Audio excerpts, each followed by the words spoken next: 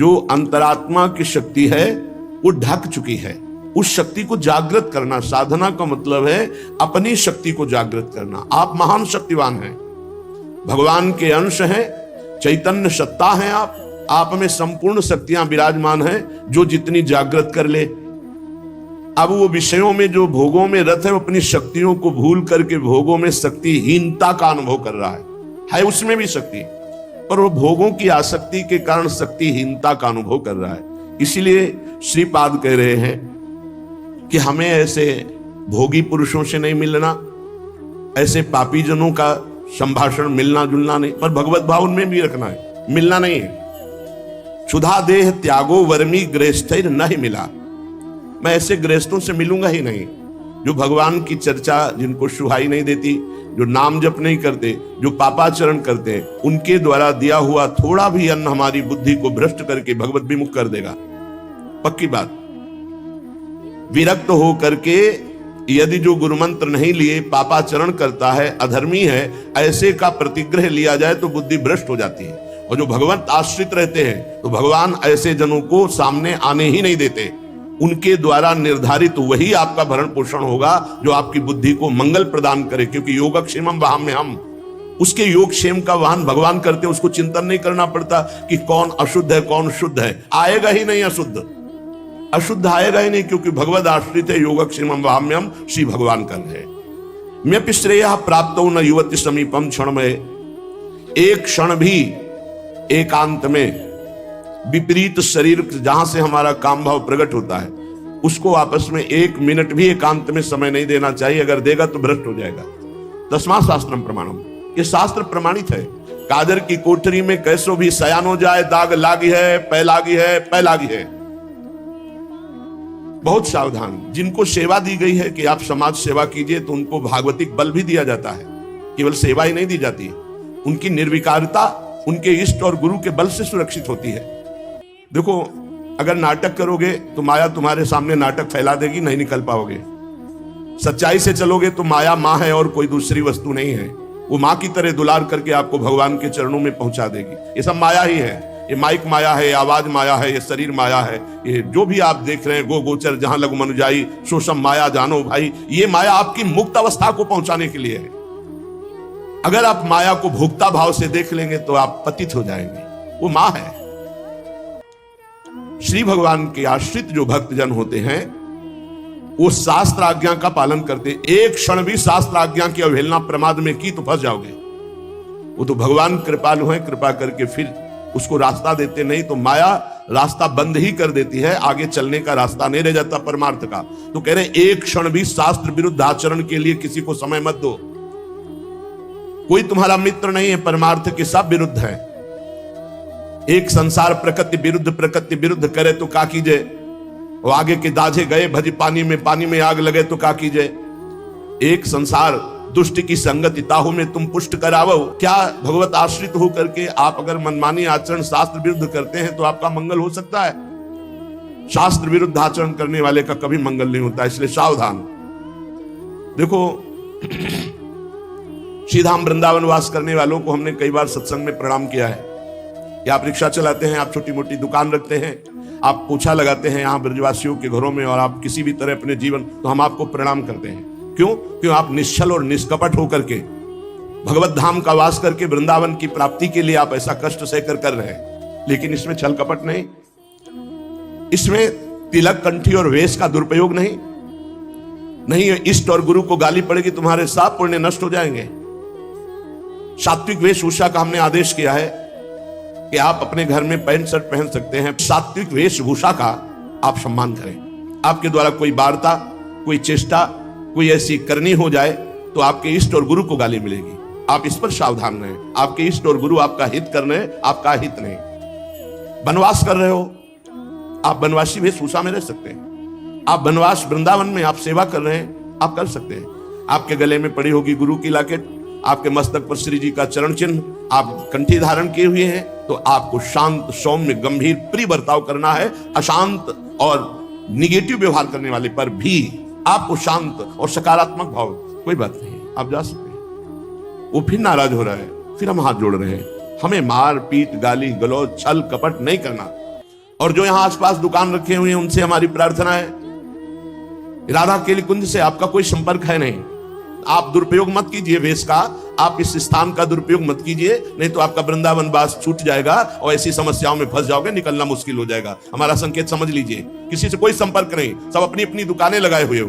जो विविध प्रकार से सफेद वेश धारण करके, कंठी धारण करके, वाल रखा करके और इसके बाद गंदा आचरण करते हैं, वो अपने गुरु और इष्ट का और धाम का अपराध करते। ऐसे लोग कभी धाम में नहीं मरते। हमारा भूख से शरीर छूट जाए लेकिन हम अधर्माचरण नहीं करेंगे। सबके ऊपर कानून शास्त्र है और शास्त्र संतों के हृदय से प्रकाशित होता है। वृंदावन वास का मतलब है निष्कपट सरल ढंग से तुम्हारा श्री जी भरण पोषण करेंगे। अचानक कोई व्यवस्थापक ऐसी व्यवस्था कर जाएगा जो लाडली जी के द्वारा प्रेरित है, ऐसे आचरण, गलत आचरण, दोहन वृत्ति, किसी को किसी के संबंध से दोहित करना, गुरु पत्नीगामी कहते हैं उसे। गुरु पत्नी गुरु के सबके पत्नी थोड़ी होती है, वो तो ब्रह्म ऋषि जो कुछ ऐसे कुल परंपरा जिनकी चली हुई है और बकाया सब जो विरक्त हैं वो गुरु पत्नी गामी का दोष कैसे लगता है? गुरु के नाम पर उनके द्वारा दी हुई संपत्ति का भोग करना गुरु पत्नी गामी कहा जाता है। श्री जी के द्वारा व्यवस्था होना, गुरु जी के द्वारा व्यवस्था होना एक अलग चीज है। आप उनके नाम, उनकी छाप का प्रयोग करके आप दोहन वृत्ति रखते हैं, ये गुरु पत्नी गामी का अपराध महापापों में आता है। इसलिए सब कोई सावधान होकर वृंदावन वास करो। वृंदावन वास के लिए कह रहे क्षुधा देह त्यागो वर्मी गृहस्थैर्य नहीं मिला। आपने माना कि 5 ग्रंथ बेचे, 5 कंठी बेची, 5 माला बेची, आपको 100 रुपया मिला तो आप आधा किलो भोजन पाएंगे ना, जो सब्जी दाल 100 रुपए में आपको बहुत बढ़िया आनंद मिलेगा। और आप ये जो हजारों रुपए, तो आपकी विलासिता भोग बुद्धि बढ़ेगी, पापाचरण बढ़ेगा, धाम से निकाल दिए जाओगे, कहीं ना कहीं ऐसा भयानक रोग होगा, भागोगे यहां से, अशांति पैदा हो जाएगी। बहुत सावधानी की जरूरत है। आप अगर अपनी ये सावधानी नहीं रखेंगे तो ये धीरे धीरे बुद्धि को भ्रष्ट करती चली जाएगी। ऐसी व्यवस्था से हो, ऐसा कार्य करो जिससे कम से कम निष्कपटता, सरलता, सच्चाई तुम्हारे जीवन में बनी रहे, छल कपट ना रहे। न श्रेयः प्राप्तो न युवति समीपम क्षणमय। ये मौत की भी मौत है बाबागिरी। काम, क्रोध, लोभ, मोह, मद, मत्सर, इन सब को मार दिया जिसने, और मौत की मौत, मृत्यु का भी भय जिसके अंदर से खत्म हो गया, उसे कहते हैं फकीर। फिकर फार फकनी करे ताको नाम फकीर। फकीर का मतलब खिलवाड़ समझ लिया क्या? अगर हिम्मत है तो अपने घर से अनुमति लेकर के पूर्ण मर्यादा के अनुसार और जीवन भर न रुपया के सहारे, एकमात्र भगवान का सहारा। बहुत सावधानी से धामवास करो। ऐसा मत प्रयोग करो, दोहन वृत्ति मत रखो। गुरु के नाम की, गुरु के प्रभाव की दोहन वृत्ति तुम्हारा पतन करा देगी। ये गुरु पत्नी गामी का कलंक उसको लगता है। बहुत सावधान। गुरु के बटिया से मिले रहना, ना कुछ लेना न देना, मगन रहना। अब हम आश्रित है तो भरण पोषण गुरु के द्वारा हो रहा है, वो बात अलग है। दोहन वृत्ति नहीं। ना शास्त्र गुरु कोटि भीर न खलु लोक निंदा सतैर, महानर दृष्टि भीर नहीं विपत्ति सौखेर नहीं। करोड़ों करोड़ों बार शास्त्र समझा रहे, गुरु समझा रहे, तुम्हारे समझने की शक्ति नष्ट हो चुकी है। देखो, शक्ति मां है। जैसे हम बार बार कहते हैं माताओं बहनों में जननी भाव, पूज्य भाव, क्योंकि उससे आपके अंदर शक्ति बढ़ेगी। और जब आप इन शक्ति को शक्ति स्वरूपा, जननी स्वरूपा देवियों के प्रति काम भाव रखोगे तो आपकी शक्ति नष्ट हो जाएगी। बिना शक्ति के कुछ नहीं है संसार में। भगवान की अलौकिक शक्ति है जो सब में व्याप्त है, उसके बिना सब सौ के तुल्य हैं। बहुत ध्यान से सुनना। शक्ति का बल ही ब्रह्मा के अंदर जब जागृत होता है तो वो ब्रह्म शक्ति ही पूरे त्रिगुण माया की रचना रचती है। वही शक्ति है जिससे विश्व की उत्पत्ति होती है, वो शक्ति से होती है, ब्रह्मा से नहीं। ब्रह्मा की शक्ति, तो ब्रह्म में वो शक्ति जागृत हुई तो वो पूरे त्रिभुवन को रचने में सामर्थ्यशाली हुए ब्रह्मा जी। विष्णु की शक्ति पालन, शिव शक्ति संहार, सबके पास शक्ति विराजमान। शक्ति के बिना कुछ नहीं। दया की शक्ति, क्षमा की शक्ति, ध्यान दीजिए, ये सब शक्ति है। दया, क्षमा, निद्रा, स्मृति, क्षुधा, तृष्णा, तृप्ति, श्रद्धा, भक्ति, धृति, मति, तृप्ति, पुष्टि, शांति, कांति, लज्जा, ये सब महाशक्तियां हैं।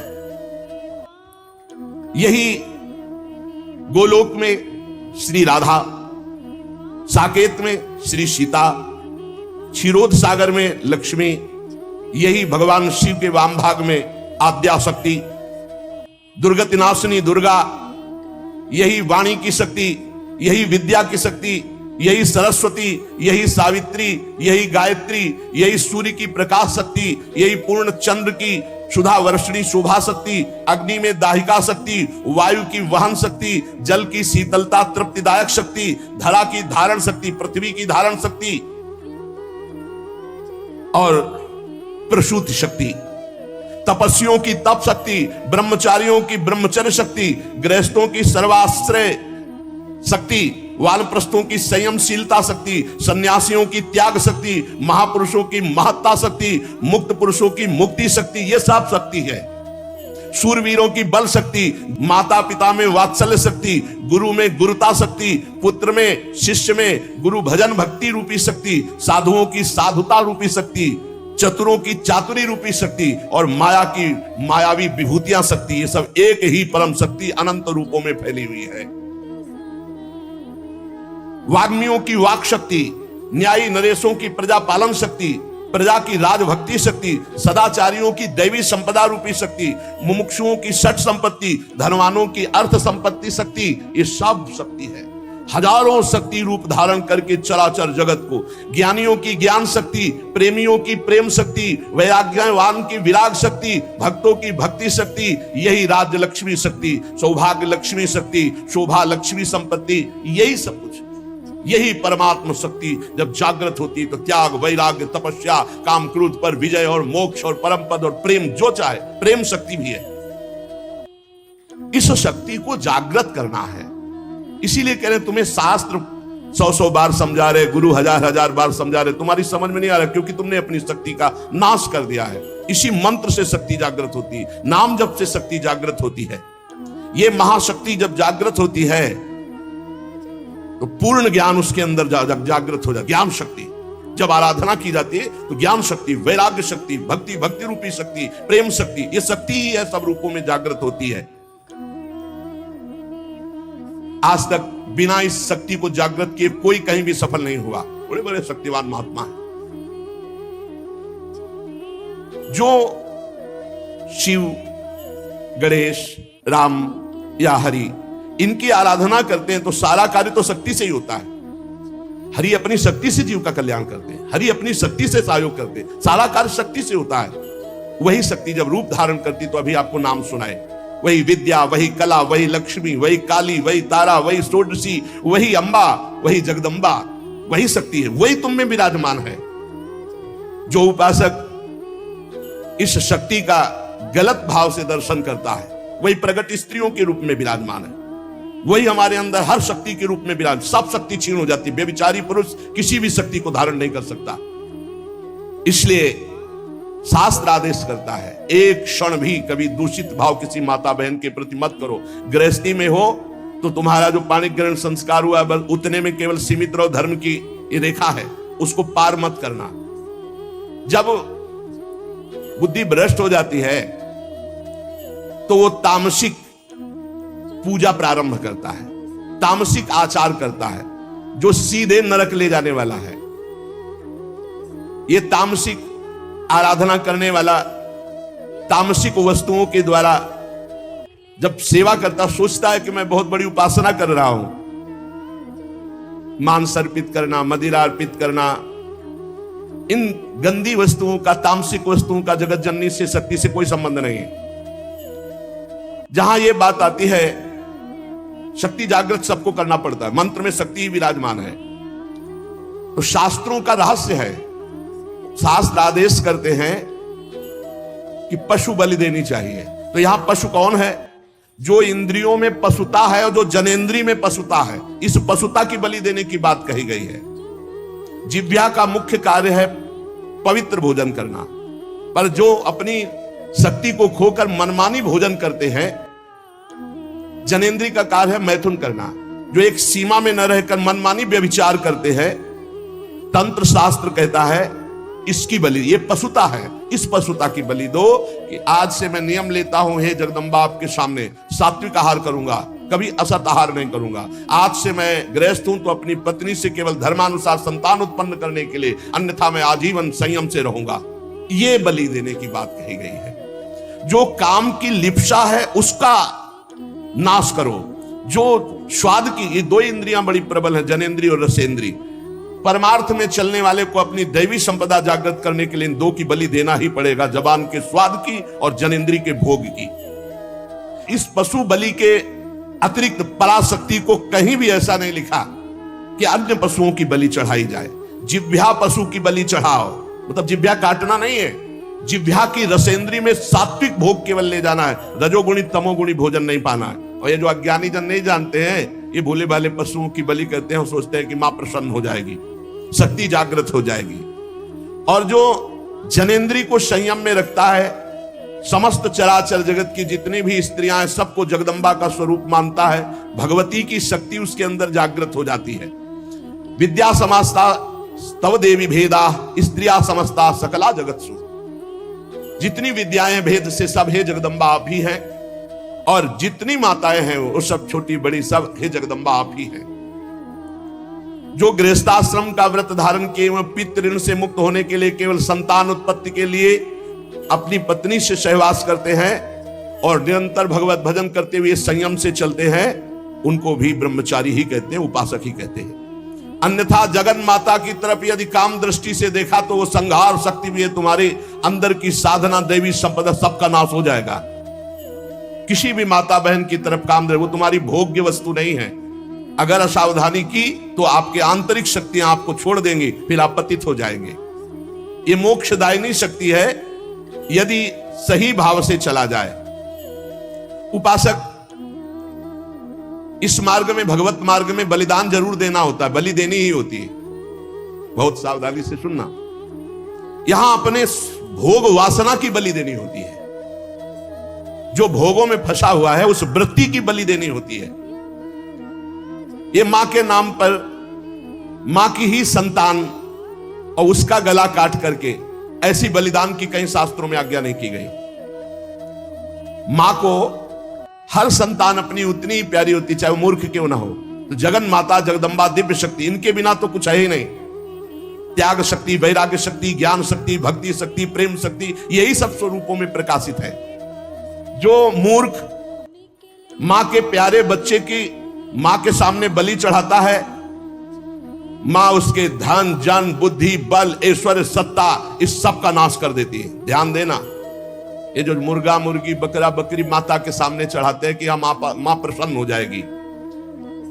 दीनहीन दुखी उस पशु को जो कुछ नहीं कर सकता है, तुम मां की कृपा प्राप्त करने के लिए मां के सामने मां के बच्चे को मारकर, मां को वो खून चढ़ाकर तुम जानते हो मां प्रसन्न हो जाएगी। तो स्पष्ट लिखा है तुम्हारा सारा धन जन बुद्धि बल ऐश्वर्य सत्ता सबका नाश कर देगी वो मां, क्योंकि तुम उसके खिलाफ कार्य कर रहे हो।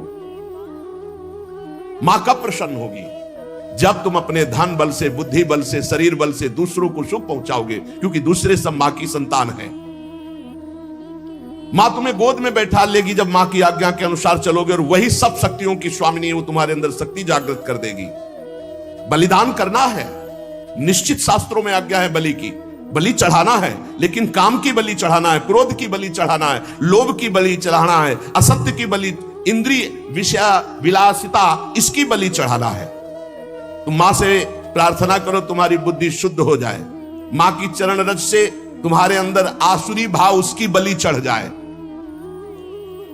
जब तुम प्रेम भाव से मां की आराधना करोगे तो तुम्हें जो परम लाभ मिलेगा वो दिव्य शक्तियां जागृत हो जाती है। और जब मां से विपरीत भाव किया जाता है, मां को भोग्य भाव से देखो कि इससे बड़ा विपरीत भाव क्या है? ये सब मां ही तो है विविध रूपों में, जननी ही शक्ति तो है। फिर कोई ये प्रश्न कर सकता है, बड़ा सुंदर है, कि मां के हाथ में नरमुंडों की माला है और मां जिह्वा में रक्त लगाए हुए है, तो अगर मां को अगर बलि पसंद नहीं तो क्यों काटा? महिषासुर को मारा, चंडमुंड, रक्त बीज, बहुत से शुंभ निशुंभ बहुतों को काट काट के ढेर लगा दिया। क्या वो मां के पुत्र नहीं थे क्या? आप हमें बलि के लिए निषेध कर रहे हैं, तो क्या मां को खून नहीं प्यारा? तो कह रहे वो मां के बच्चे नहीं हैं, हम ऐसा नहीं कहते, वो मां के बच्चे हैं, पर वो मां से ही भोग करने की भावना रख रहे थे और मां के उन सीधे साधे दुर्बल बच्चों की हिंसा कर रहे थे। तो अगर एक बच्चा ऐसा हो जाए कि पूरे परिवार को काट रहा है, तो मां स्वयं काट देगी। वो अपने दुलार को एक तरफ रख के उसको काट देगी। पूरे विश्व की रक्षा के लिए इन राक्षस रूपी पुत्रों की मां ने स्वयं हत्या की और उन्हीं के प्यार से मुंडों की माला धारण की, जो पूरे चराचर जगत का विनाश कर रहे थे। पूरे चराचर जगत को कष्ट दे जो बालक, तो मां समर्थ होते हुए कैसे बर्दाश्त कर सकती है। इसलिए निरपराध ये बकरा, ये मुर्गा किसी को कष्ट नहीं दे रहे। अगर तुम्हें बलि चढ़ानी है तो अपने काम, क्रोध, लोभ, मोह, मद, मत्सर की इनकी बलि चढ़ाओ, अपनी वासनाओं की बलि चढ़ाओ, अपनी जिह्वा रसेंद्री की बलि चढ़ाओ कि हम ऐसे गलत भोजन नहीं करेंगे, जनेंद्री, हम किसी माता की तरफ कभी हम गंदी दृष्टि नहीं रखेंगे, सब में भगवत भाव रखेंगे। जो इन सीधे साधे पशु पक्षियों की बलि चढ़ाता है, भगवती फिर उनका विनाश दूसरे रूप में करती है। इसलिए उपासक किसी भी तरह से कोई आसुरी प्रवृत्ति वाली उपासना न स्वीकार करे, कोई आसुरी प्रवृत्ति वाले आचरण न करे, किसी भी शक्ति को मंजूर नहीं। शक्ति सबको चाहिए, चाहे किसी भी मार्ग में चलने वाला हो, शक्ति सबके अंदर जागृत होती, बिना शक्ति के कदम नहीं चल सकता। पशु बल, मानव बल, असुर बल, देव बल, ये ईश्वरी शक्ति के आगे नहीं, सब ईश्वरी शक्ति के अंतर्गत है। जब पशु बल बढ़ता है तो यही शक्ति जागृत होकर उसका नाश करती है। जब मानव बल बढ़ता है आसुरी प्रवृत्ति से, तो यही शक्ति उसका नाश करती है। जब असुर बल बढ़ता है तो यही शक्ति नाश करती है। जब देव बल बढ़ता है और असुर भाव को प्राप्त होता है तो उसका भी विनाश यही शक्ति करती है। महिषासुर विशाल पशु बल, तो भगवान की शक्ति ने महान दुर्गा रूप धारण करके काट के फेंक दिया महिषासुर को। मानव बल जैसे कौरवों में बढ़ा, मानव बल जैसे बाणासुर में बढ़ा, मानव बल शास्त्राबाहु अर्जुन में बढ़ा, परशुराम की शक्ति ने काट के फेंक दिया। श्री कृष्ण शक्ति ने बाणासुर को सीमित कर दिया, श्री कृष्ण शक्ति ने कौरवों का विनाश कर दिया। मानव बल जब अपनी मर्यादा से कोई बल बढ़ता है, भगवान की दिव्य शक्ति उसका शासन करती है। जैसे रावण का असुर बल बढ़ा, भगवान ने रान को कुल रोवन हारा। जब इंद्र देवता का दैव बल बढ़ा तो गिरिराज जी उठाकर सारा बल उनका चूर कर दिया, घमंड चूर कर दिया कि मैं देवराज हूं। ईश्वरी शक्ति चारों तरफ से आपको घेरे हुए है। आप साधारण नहीं हैं, आप भगवान के अंश हैं। आप मर्यादा से चलेंगे, आप सत्य मार्ग में चलेंगे तो आपके अंदर ईश्वरी शक्ति जागृत होगी, और असत्य मार्ग में तो वही ईश्वरी शक्ति आपका विनाश कर देगी, ऐसी जगह ले जाएगी कि आपका नाश हो जाएगा। इसलिए आप अपनी शक्ति का जागरण करें, ना कि अपना नाश अपनी ही शक्ति से करवावे। यही बुद्धि शक्ति, या देवी सर्वभूतेषु बुद्धि रूपेण संस्थिता नमस्तस्यै नमस्तस्यै नमस्तस्यै नमो नमः, यही दैवी शक्ति आपको गलत सलाह दे देगी। जब आप गलत आचरण में जाओगे, अधर्माचरण करोगे, तो बुरी दशा आने के पहले बुद्धि बदली जाती है। जाका विधना दारुण दुख दीन, ताकि मति पहले हर लीन। मति माने बुद्धि, बुद्धि का अपहरण हुआ, जीव का नाश हो गया। इसलिए श्रीपाद प्रबोधानंद जी कह रहे, तुम्हारे अंदर शक्ति है कोटिभीर्न। शास्त्र गुरु करोड़ों बार समझा रहे, तुम्हारी समझ में नहीं आ रहा। तुम खलु लोक निंदा सतई, 100 बार तुम्हारी निंदा हो रही, ऐसे आचरण करते फिर भी तुम्हारी समझ में नहीं आ रहा। महान दृष्टि भीर नहीं विपत्ति सौखेर नहीं। अब महाविपत्ति आने वाली, अब क्या करोगे? क्योंकि जो तुमने कर्म किया वो तुम्हें भोगने पड़ेंगे। पूर्व से अभी इसी जीवन में आप अपने जीवन को झांक करके देख लीजिए, आपके जीवन में क्या क्या हुआ है। आप खुद इस बात की गवाही है कि अगर वो केस खुल जाएं जो आपके जीवन में हुए हैं, तो नरक, जेल और निंदा, इसके सिवा कुछ नहीं है। आज भगवान की कृपा हुई कि सबको ढक करके तुम्हें उत्तम मार्ग में चलाने के लिए भगवान अवसर मिल गया है। अब तो होश में हो जाओ। श्रीपाद कह रहे, लेस मात्र कहीं भी सुख नहीं है, अधर्माचरण तुम्हें महान दुख प्रदान करेंगे। हाय हतभाग्य, फिर भी वो कामांध होकर दूसरी माताओं की तरफ भोग दृष्टि से देख रहा है। मनागपि नोत्सहे हतमनो युवत्याहृतम निरोधभूत मत ईदृशम किम वितास्य वृंदाटवी। कैसे वृंदावन तुम्हारा कल्याण कर देगा, कैसे तुम्हारा वृंदावन रक्षा कर देगा यदि वृंदावन में माताओं बहनों के प्रति तुम काम दृष्टि रखोगे।